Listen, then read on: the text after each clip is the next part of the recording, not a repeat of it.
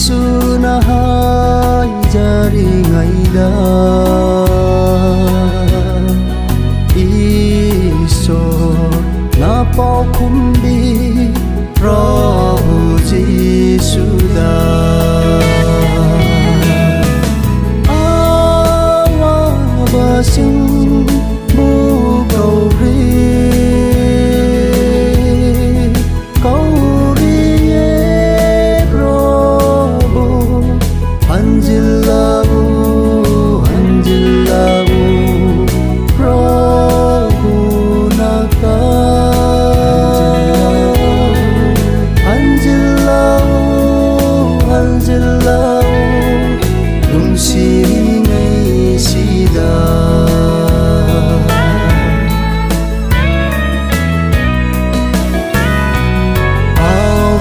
Polong puduna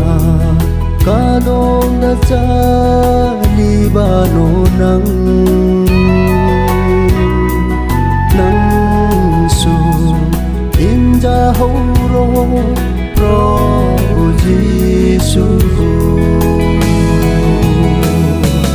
awa basing bu kauri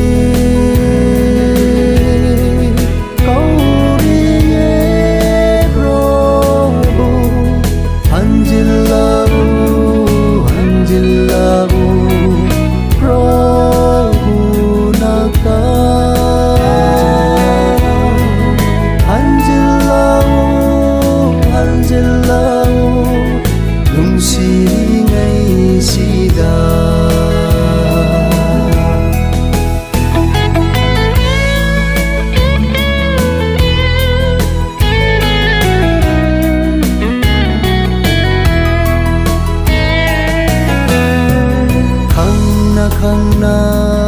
chadi basing Giêsu la